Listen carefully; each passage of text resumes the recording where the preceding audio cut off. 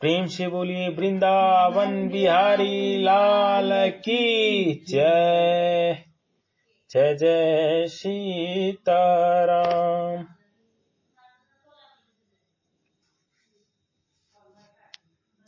अथैकादशो अध्यायः। श्री ओम श्री परमात्मने नमः। 11वां अध्याय।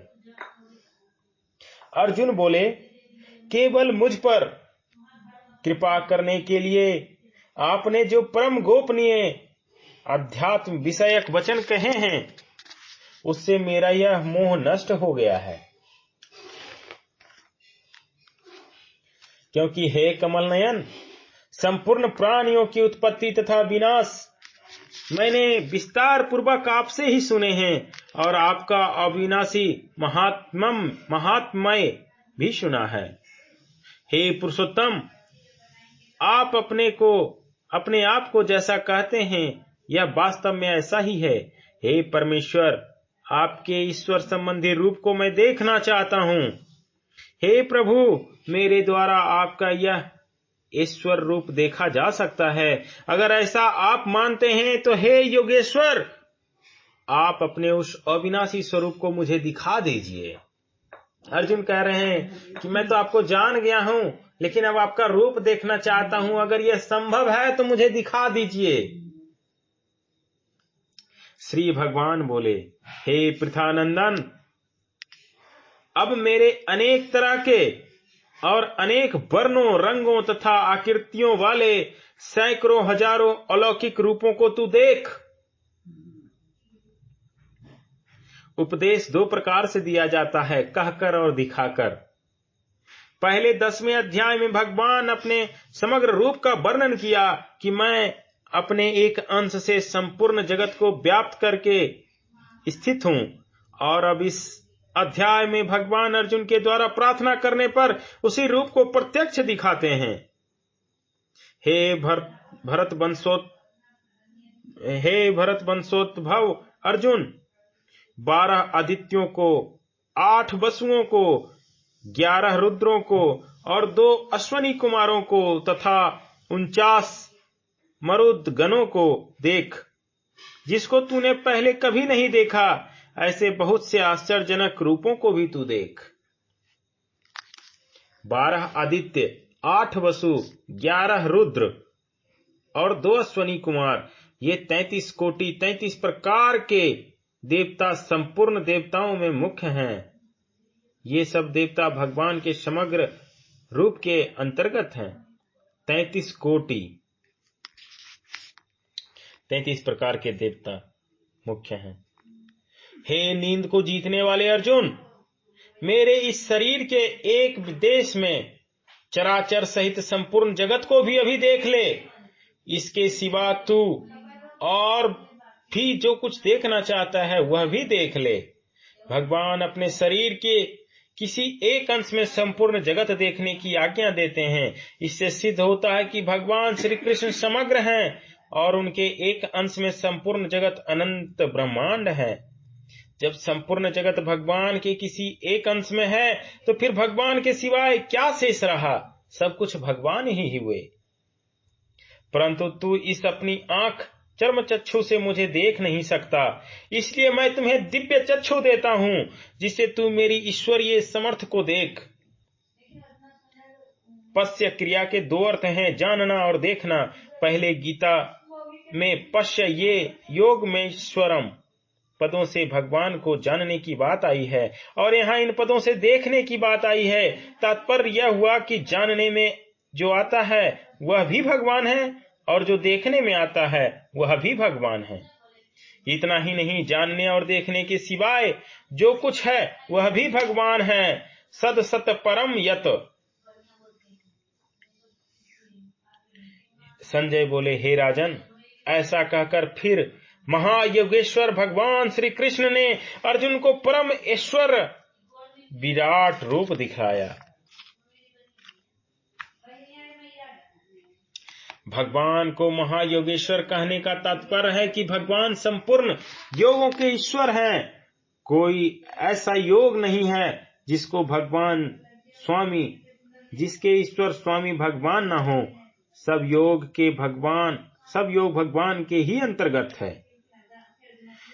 जिनके अनेक मुख और नेत्र हैं, जिनके अनेक तरह के अद्भुत दर्शन हैं, अनेक अलौकिक आभूषण हैं, हाथों में उठाए अनेक प्रकार के दिव्य आयुध हैं, और जिनके गले में दिव्य मालाएं हैं, जो अलौकिक वस्त्र पहने हुए हैं, जिनके ललाट तथा शरीर पर दिव्य चंदन कुमकुम आदि लगा हुआ है, ऐसे संपूर्ण आश्चर्यमय अनंत रूपों वाले तथा सब तरफ मुखों वाले देव अपने दिव्य स्वरूप को भगवान ने दिखलाया।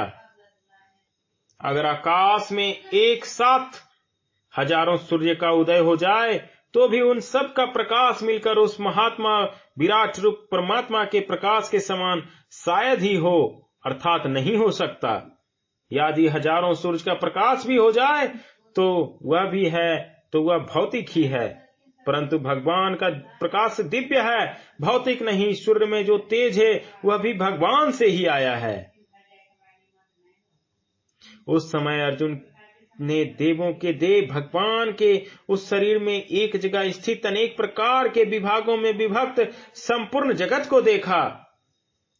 अर्जुन ने भगवान के शरीर में एक जगह स्थित जरायुज, अंडज, उद्दित, स्वदेज, अस्थावर, जंगम, नभचर, जलचर, थलचर, 84 लाख योनियां, 14 भुवन आदि अनेक विभागों में विभक्त जगत को देखा। जगत भले ही अनंत हो, पर वह भगवान के एक अंश में ही है। अर्जुन भगवान के शरीर में जहां भी दृष्टि डालते हैं वहीं उन्हें अनंत जगत दिखाई देता है। भगवान के विश्व रूप को देखकर वो अर्जुन बहुत चकित हुए और आश्चर्य के कारण उनका शरीर रोमांचित हो गया। वो हाथ जोड़कर विश्व रूप देव को मस्तक से प्रणाम करके बोले। अर्जुन बोले, हे देव, मैं आपके शरीर में संपूर्ण देवताओं को तथा प्राणियों के विशेष विशेष समुदायों को और कमलासन पर बैठे हुए ब्रह्मा जी को, शंकर जी को, संपूर्ण ऋषियों को और दिव्य सर्पों को देख रहा हूं। हे विश्वरूप, हे विश्वेश्वर, आपको मैं अनेक हाथों, पेटों, मुखों और नेत्रों वाला तथा सब और से अनंत रूपों वाला देख रहा हूं। मैं आपके न आदि को, न मध्य को और न अंत को ही देख रहा हूं। भगवान एक अंश में भी अनंतता है। भगवान साकार हो या निराकार, सगुण हो या निर्गुण, बड़े से बड़े हो या छोटे से छोटे, उनका अनंतपना ज्यों का त्यों रहता है। मैं आपको किरीट, मुकुट, गदा, चक्र तथा शंख और पद्म धारण किए हुए देख रहा हूं। आपको तेज की राशि, सब और से प्रकाश वाले, दीप्यमान अग्नि तथा सूर्य के समान वाले कांति वाले, नेत्रों के द्वारा कठिनता से देखे जाने योग्य और सब तरफ से अप्रमेय स्वरूप देख रहा हूं। भगवान के द्वारा प्रदत्त दिव्य दृष्टि से भी अर्जुन भगवान के विराट रूप को देखने में पूरे समर्थ नहीं हो रहे हैं।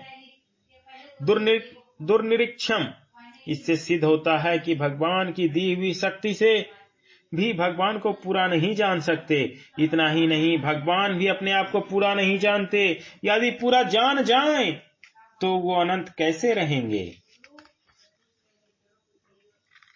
आप ही जानने योग्य परम अक्षर ब्रह्म हैं। आप ही संपूर्ण विश्व के परम आश्रय हैं। आप ही सनातन धर्म के रक्षक हैं और आप ही अविनाशी सनातन पुरुष हैं, ऐसा मैं मानता हूं। यहाँ त्वम अक्षरम परम वेदित्यम पदों से निर्गुण निराकार का, तत्स्मय विश्वस्व परम निधानमम पदों से सगुण निराकार का, और त्वम शाश्वत धर्म गोप्ता पदों से सगुण साकार का वर्णन हुआ है। ये सब मिलकर भगवान का समग्र रूप है, जिसे जान लेने पर फिर कुछ भी शेष जानना नहीं रहता। आपको मैं आदि, मध्य और अंत से रहित, अनंत प्रभावशाली, अनंत भुजाओं वाले, चंद्र और सूर्य रूप नेत्रों वाले, प्रज्वलित अग्नि रूप मुखों वाले और अपने तेज से इस संसार को तापते हुए देख रहा हूँ। हे महात्मन, यह स्वर्ग और पृथ्वी के बीच का अंतराल और संपूर्ण दिशाएं एक आपसे ही परिपूर्ण है। आपके इस अद्भुत और उग्र रूप को देखकर ये तीनों लोक व्यथित व्याकुल हो रहे हैं। वो ही देवताओं के समुदाय आप में प्रविष्ट हो रहे हैं। उनमें कई तो भयभीत होकर हाथ जोड़े हुए आपके नामों का और गुणों का कीर्तन कर रहे हैं। महर्षियों और सिद्धों के समुदाय कल्याण हो, मंगल हो ऐसा कहकर उत्तम उत्तम स्त्रोतों का द्वारा आपकी स्तुति कर रहे हैं। देवता, महर्षि, ऋषि आदि सभी भगवान के ही विराट स्वरूप के अंग हैं। अतः प्रविष्ट होने वाले, भयभीत होने वाले, भगवान के नामों और गुणों का कीर्तन करने वाले और स्तुति करने वाले भी भगवान हैं। और जिनमें प्रविष्ट हो रहे हैं, जिनसे भयभीत हो रहे हैं, जिनके नामों और गुणों का कीर्तन कर रहे हैं तथा जिनकी स्तुति कर रहे हैं, वह भी भगवान हैं। प्रेम से बोलिए वृंदावन बिहारी लाल की जय। जय जय श्री राधे, जय जय श्री राधे।